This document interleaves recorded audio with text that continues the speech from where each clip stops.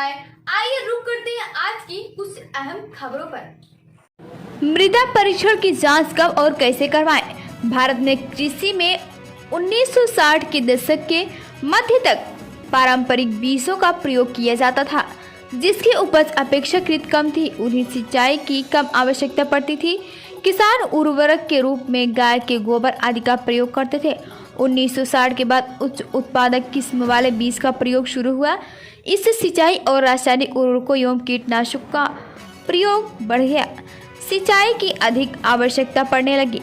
अधिक गेहूं और चावल के उत्पादन में काफी वृद्धि हुई, जिसके कारण इसे हरित क्रांति भी कहा जाता है।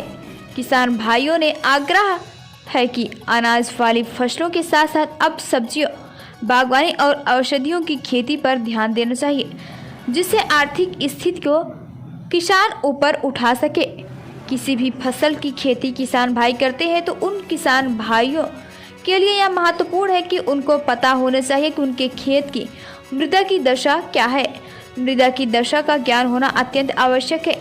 वह कौन सी फसल की बुआई करके जिससे उसको अधिक से अधिक लाभ और उत्पादन प्राप्त हो सके।